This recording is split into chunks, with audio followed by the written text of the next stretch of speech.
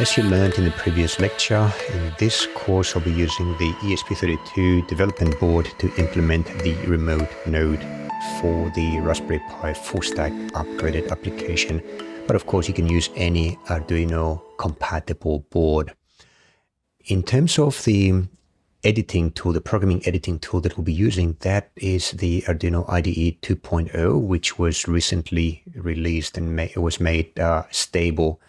If you haven't already installed the Arduino IDE 2.0, just go to the Arduino website, arduino.cc, and under software, you'll see that the Arduino IDE 2.0 is now the primary option for your editor. It's a stable version, so just download the one for your operating system and install it.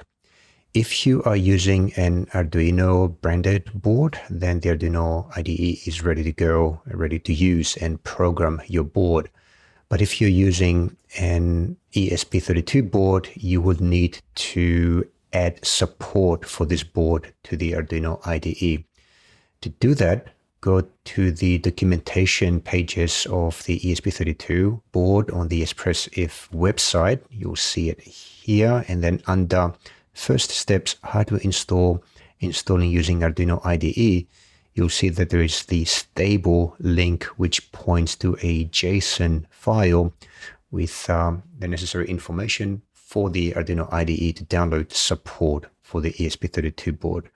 So copy this link, then go to the Arduino IDE, bring up the Preferences window, and under Additional Boards Manager URLs, click on this button here to bring up this window and copy the link right here. You can see I've got support for a couple of other boards as well, but for our purposes, this link is the one that adds support for the ESP32 to the Arduino IDE. So click OK, click OK again.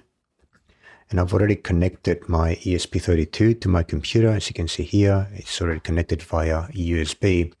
If you now go to the drop-down menu at the top of the IDE window, select Other Board and Port, then you can go to ESP32, search for that, search for DevKit.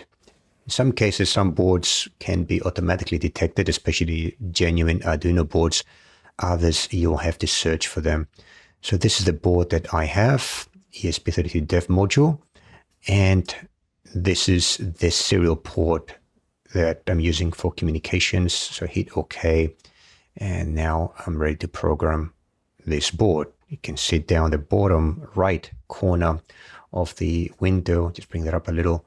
You can see that ESP32 dev module on this serial port USB serial 1 is already connected. So that's it. You're now ready to start programming the ESP32 board, which is something that we're going to start doing in the next section.